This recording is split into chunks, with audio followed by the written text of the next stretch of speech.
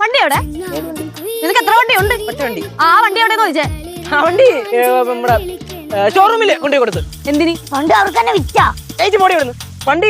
വണ്ടിയുടെ chain socket ഭയങ്കര പ്രശ്നം, കടകടകടാന്ന് അടിക്കുന്നത്. അപ്പൊ ഷോറൂമിൽ കൊണ്ടുപോയി കൊടുത്ത്. പുതിയ വണ്ടിയല്ലേ, നമ്മള് ഷോറൂമിൽ തന്നെ കൊടുക്കണ്ടേ അല്ലേ? വേണ്ടേ, അവന്റെ അവനെ കൊണ്ടുപോയി കൊടുത്ത്. അത്രേ ഉള്ളൂ.